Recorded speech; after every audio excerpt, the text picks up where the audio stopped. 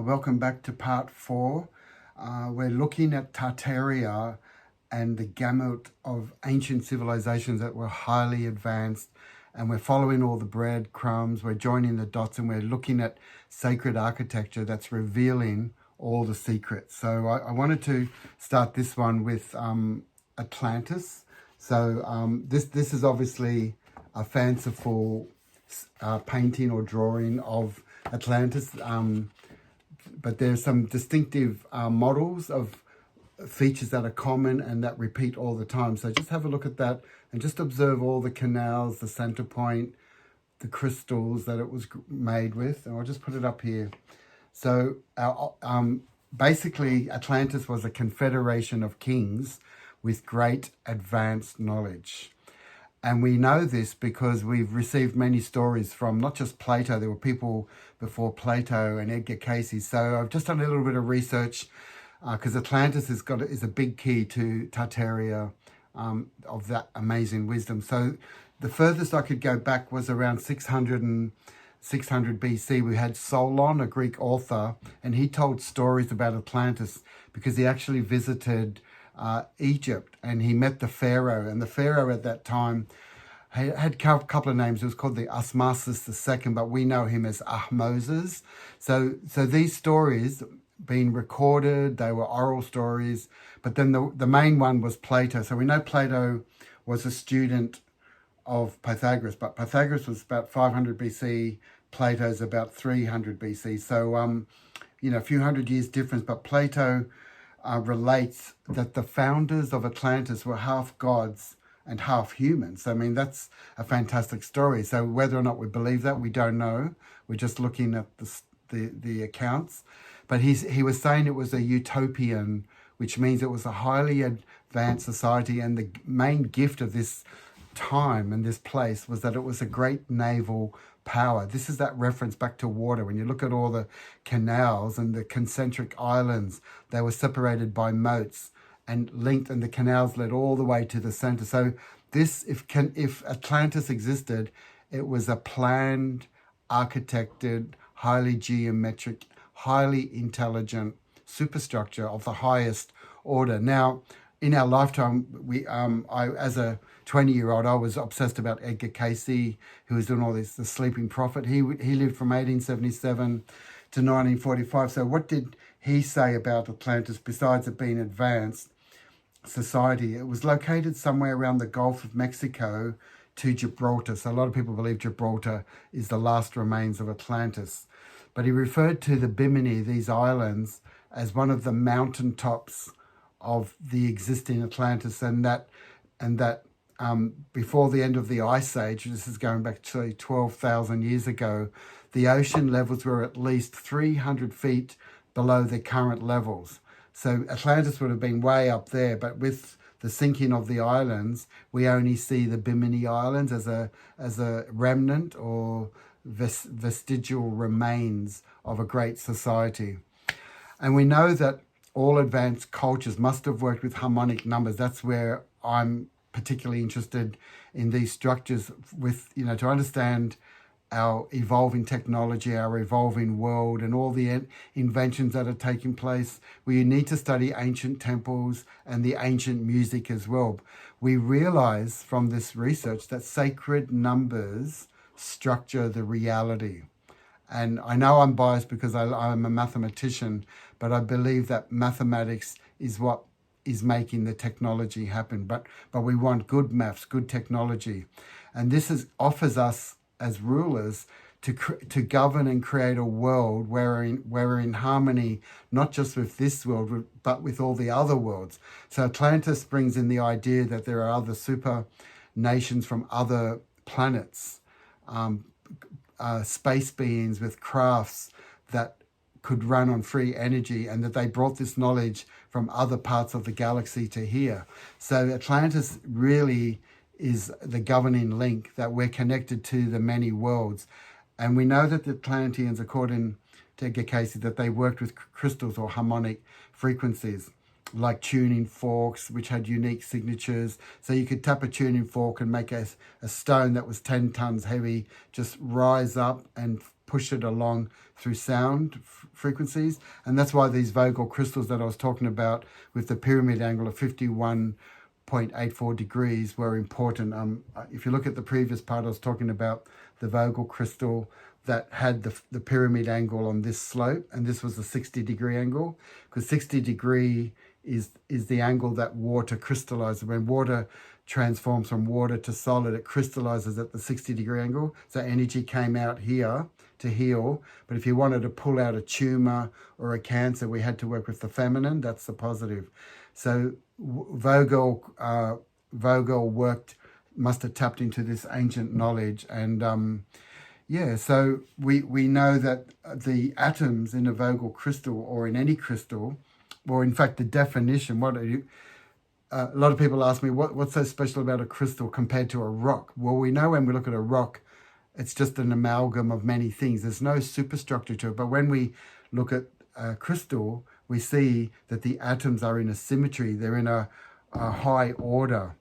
And in fact, Edgar Cayce was saying that the Atlantean grew all these crystals in labs, just like we grow flowers today in our nurseries. Well, the Atlanteans, to build these structures with crystals, they were growing all their turquoise and topaz and sapphires and rubies, and that they were flawless. There was something special about having flawless crystals, and I'm still doing the research on that. So the reason why this is important is that they had med beds for healing, and the architecture that absorbed all the wireless energy through the walls. This gave the whole planet at that time unlimited energy. So one of the most important quotes when we're talking about the science of sound is that the universe doesn't speak English or any language. It speaks the universal language of frequency. And we know that the Atlanteans, they tuned in. If this was just one hub, this mandala structure, well, there were many others around the planet, according to the Icosahedeka grid, and even like the Great Pyramid that we're coming up to. So that gave them the ability to fly the Vimana or the aircraft, and I believe they were powered by crystals. So I want to show you another diagram. I'll just show it to you and put it up here. But there's something special about Atlantis and their knowledge of harmonics, because the best symbol of harmonics is the magic square of 3 by 3. That's this one here. So the numbers 1 to 9, everything adds up to 5, 15, 15, the 3 horizontal rows, the 2 diagonals, and the columns all add up to 15. But then if we suddenly took the magic square, I've spent 40 years of my life just studying that. But what if we took the powers of 2 and we said we're going to raise all those numbers like 6, 1, 8, 2 to the power of 6, 2 to the power of 1, 2 to the power of 8. We get certain numbers like 64, 2, and we also get here 2, 5, 6. So if we multiplied all those numbers, 64 times 2 times 2, 5, 6, we get a value called 32,768. So where my finger is. So 32,768 is the magic square that when all these numbers are multiplied, it's called a multiplication square based on the Lo Shu from China. So when we multiply that, any row or any column or diagonal, we always get 32,768. And why is that important is because when we have the chart,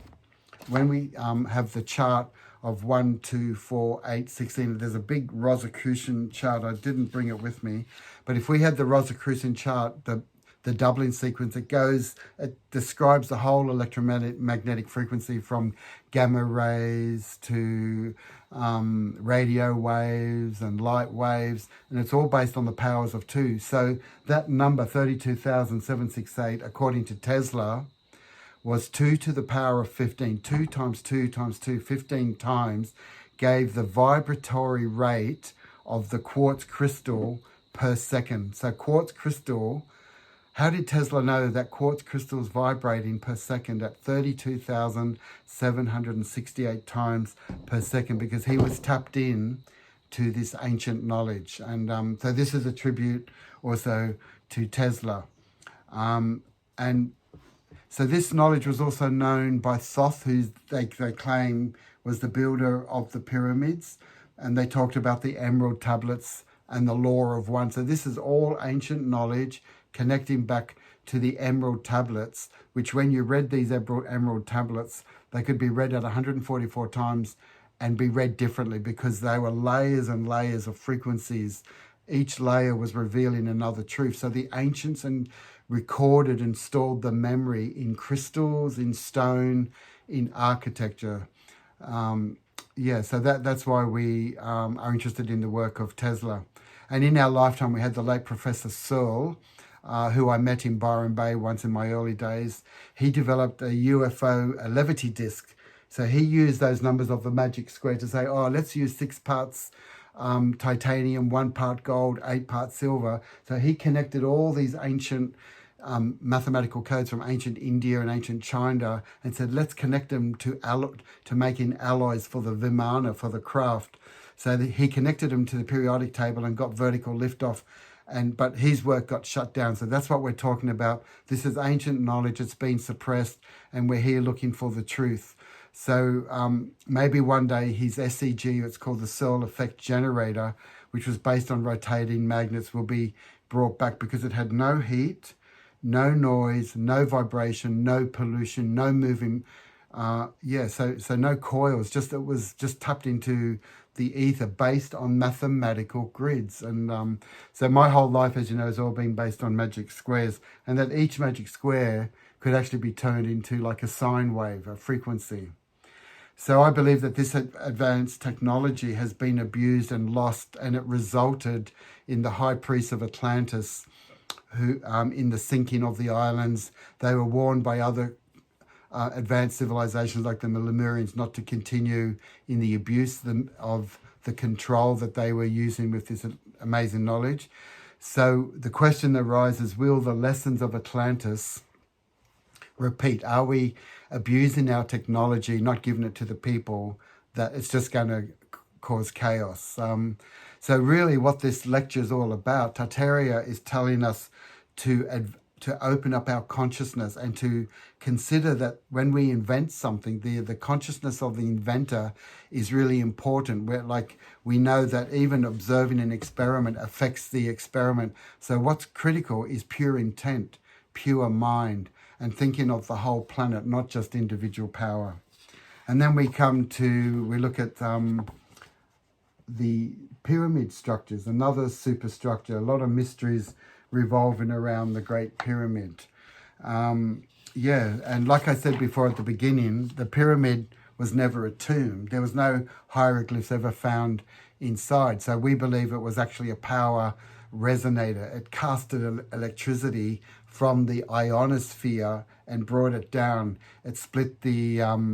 It was built, when they studied the structures of the stones, they found dolomite, granite, and limestone. So there was a lost alchemy of how these minerals or frequencies were all put together. But there's a lot of literature also that underneath the pyramid, they found a lot of evidence of water technology. So we believe that there was an underground aquifer right underneath the pyramid, and you can see lots of watermarks on the Sphinx to show that there was a lot of water and floods at the time, and that they knew the knowledge of how to split the water molecule to release its tremendous power. We know that every single drop of water is like an atom bomb. So that's why this knowledge of using frequency to split the water molecule is kind of hidden knowledge, because it can be abused. And that's what the true value of pi is about, is that when we release to the world that pi is based on the golden ratio and has a value of 3.144, not 3.141, then we're going to receive the true technology that's going to take us into an era where we'll have flying cars and no pollution.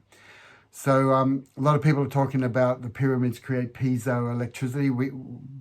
Whatever it is, it's the charge that's accumulated from certain solids. Like we know when you strike crystals, you get piezoelectric. It's also in bones, in DNA and proteins. And you know, when if you smoke or you use a cigarette lighter, that spark that you get is piezoelectric. Like when you're using your gas oven, you click something and there's a spark, it ignites. So there is a whole lost science of electricity, but it's embedded in the pyramids. And while we're talking about pyramids, there's pyramids all around the world. This is a huge subject, and we know that the biggest pyramid in the world is not Egypt. It's actually in the Shinsai, the Great White Pyramid in a province called Shinsai. And it's all white, and no pilots have been allowed to fly over there for the last 70, 80 years. And it's a restricted zone. But why is this knowledge being hidden? A lot of people are attributing that Great White Pyramid in China to those ceramic warriors that they found underground. But there's a lot of mystery, and we're at this point where we want the truth of the Earth's history to be revealed and not guarded and shared. That's the key word here, is we're sharing. We want to be shareable creatures. And just to continue off on that, at the same time of the after the pyramids were built, we had great philosophers in Greece and Rome. So here's Eratosthenes, and he's calculating that the circumference of the Earth was 40,000 kilometers, and all he did was put a shadow. He put a stick in the ground at Alexandria, and he knew that 800 kilometers away in another place called Syene, which is today known as the Aswan Dam, there was a well, and the water shone into the well on the June 22nd, on the summer solstice. The sun shone down into a well or a cistern at Syene, but he knew that if he was to put a stick in the ground at Alexandria, he measured that angle to be 7.5 degrees. So that angle there is 7.2 degrees. And that 7.2 degrees divided into the 360 degrees was 1/50th. So that shadow of the stick is 1/50th. So he said, why don't I multiply the distance 800 kilometers by 50, and he got 40,000, which is quite correct. So why that's important is because this led to better geographical maps. So 2,200 years ago, they were still mapping the world, but what Eratosthenes gave us, being the librarian of the Alexandria and this knowledge, the maps got better and better, and that led to today, where we had the invention of what we call GPS. So GPS means now we've got this high technology, which was military knowledge given to the people, so that we can travel and know where to go. But it was all started with the philosophy and the mathematics of these great philosophers from old. So I've got one more chapter, part 5. I just wanted to end on that. I've just got a few more images to show you to close this chapter on Tartaria. So stay with me for the next part, where we look at some beautiful sacred symbols that are the key to understanding who we are. That's the definition of sacred geometry. Where did we come from? Who are we? Where are we going? And what is our true Earth's history, or her story? Welcome back, everybody, to part 5 on the series of Tartaria, a fascinating subject that I'm sharing with you with high visual content. And because it's the underpinning language of what we call sacred geometry, I wanted to share with you some of the images of sacred geometry that I believe are really critical to understand the fabric of the universe. So this one's the flower of life. It's the mother of all form. And it's actually called the blueprint of all creation. And if you look closely at the center, you'll see a circle there's a central circle here, but there's 6 other circles that go around it.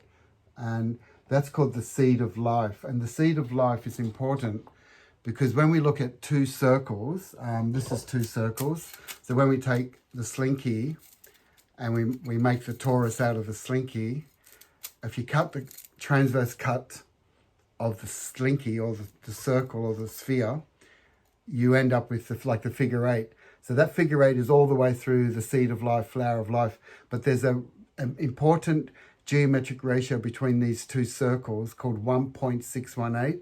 I don't I can't show that to you right now, but one of them, it's called the father-mother spinner web. It's very important mathematics of creation, and that's all in the Flower of Life. So the reason why we all love the Flower of Life, it's because it's based on the golden ratio, and that's why we're all attracted to it. It's called the mathematics of aesthetics and beauty. And more people in the world today, of all geometrical symbols that are being worn as jewelry, it's the seed of life or the flower of life. With the next important symbol is the torus.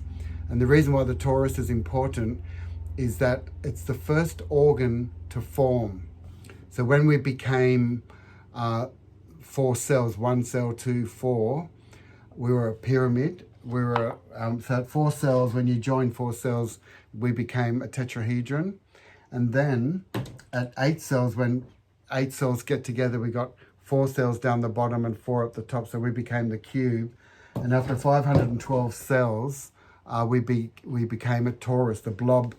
The geometry broke down and we became a torus. Your mouth was, the first hole that formed was your asshole, and the other hole was your mouth. So one received and one let everything out.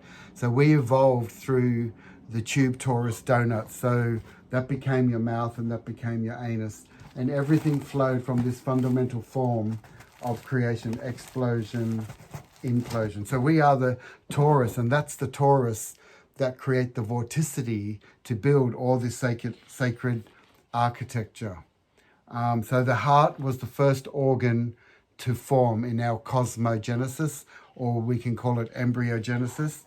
And then, as I just showed you before with the slinky, the cross-section of the torus is the infinity symbol.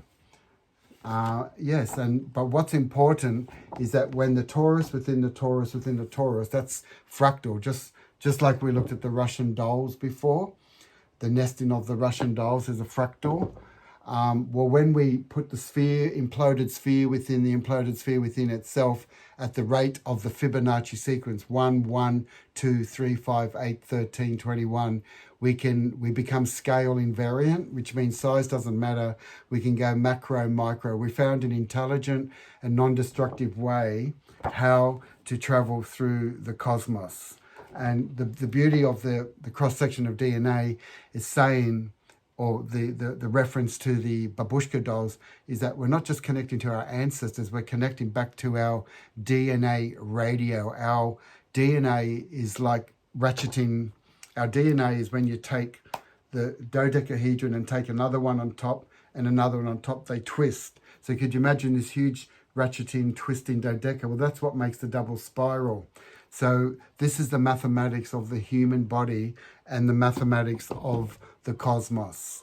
It's so sacred geometry is connecting us back to our DNA, so we can remember not just who we are, but our whole ancestry, all our ancient civilizations. And that's why when we look at, say, the apple, and we cut the apple not longitudinally down, but when we do a transverse cut and cut it this way, we end up with the 5-pointed star. So why does nature arrange its seeds in the pentagon? Because that's part of the DNA.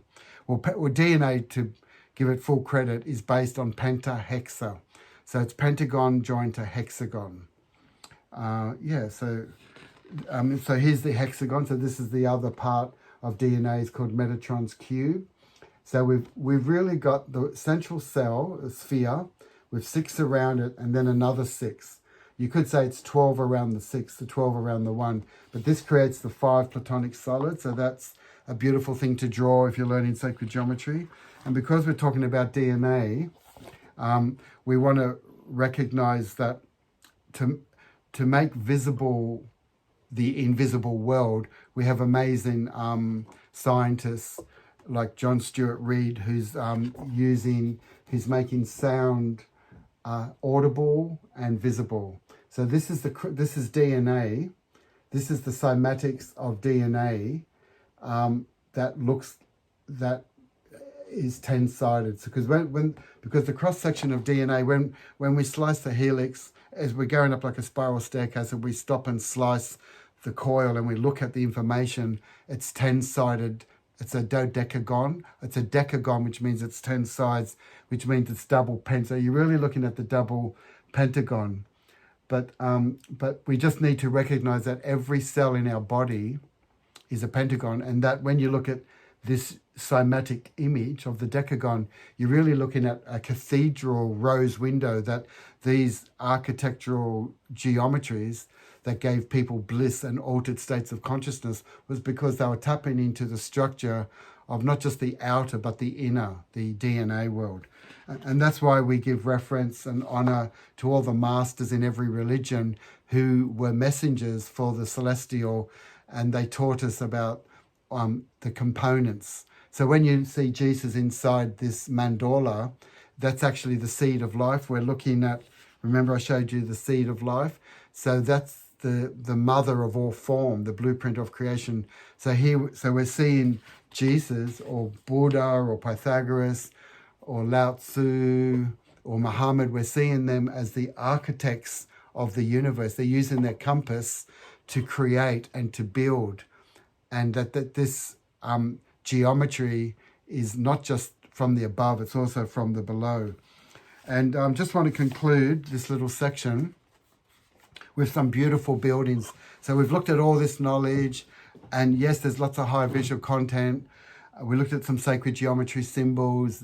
As you know, there's a whole library, a whole index of potent, what we call psychoactive images, because when children are drawing them, they're subliminally absorbing all that knowledge of the geometry.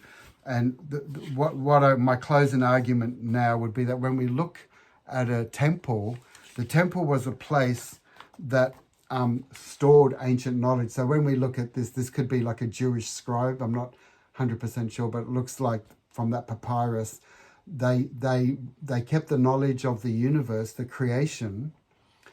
They kept a record of his story or her story, and it was preserved in skins and papyri. And that so this makes the connection, an important connection, with what I call sacred architecture and education, because the priest's job was to educate the citizens. So it's quite amazing that when you see these amazing buildings, like this is the Imam Mosque in Isfahan, you've got these beautiful portals. I think this is it's a 35 meter tall portal. And you need to wonder about the extreme detail that they've put into this sacred architecture. Excuse me. So we're looking at the same sort of building, and this one is called the Madrasa Dome. It's the blue one in Samarkand. And what a madrasi is, it's actually an Islamic school for education. So there's that connection between building sacred architecture and learning and keeping a record of all the history of the earth and the history of the prophets and the history of the Father, Mother, God. Because God is the transcendental.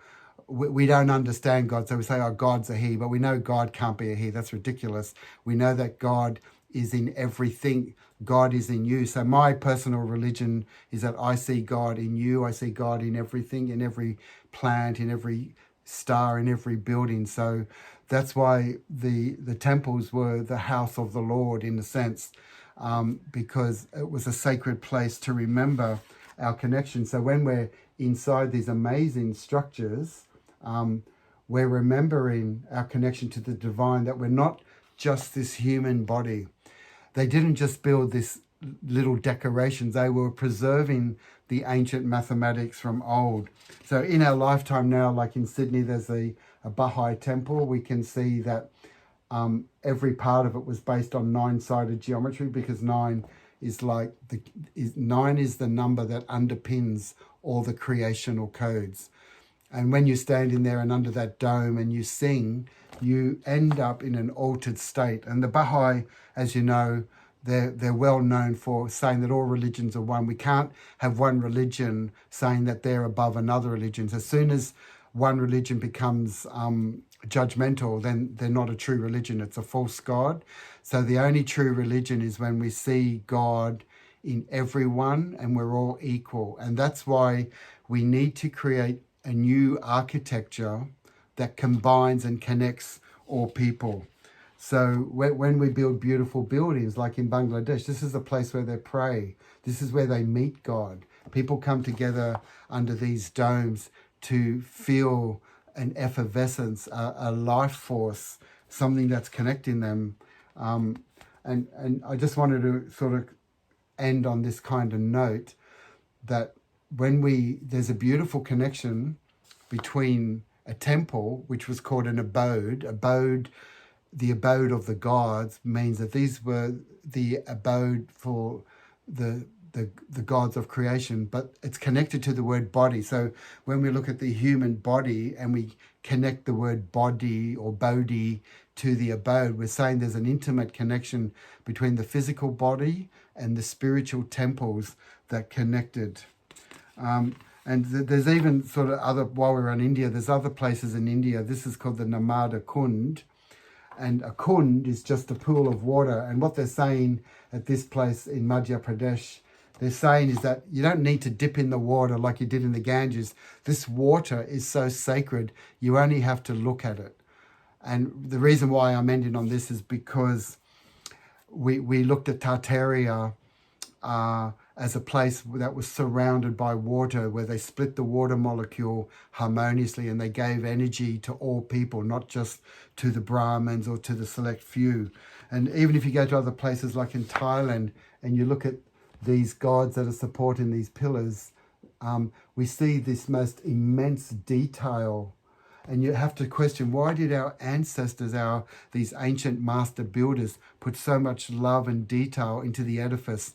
Because the spiritual temple was a mirror of the physical temple. I hope you enjoyed this series. And I can always be contacted through email or YouTube or through our websites. You can ask me questions. I always look forward to answering any questions that you may have. I'm just following the breadcrumbs. I'm just joining the dots. I'm just giving thanks and gratitude to all that we have and to all that has been before, because this is our legacy. These sacred temples are our legacy. And so by working with sacred symbols like the Maltese cross here, that's really a fourth dimensional cross, but it's extracted or extruded from the world or the sea of prime numbers. So this is all about the living mathematics of nature. Stay tuned for more. Bye for now.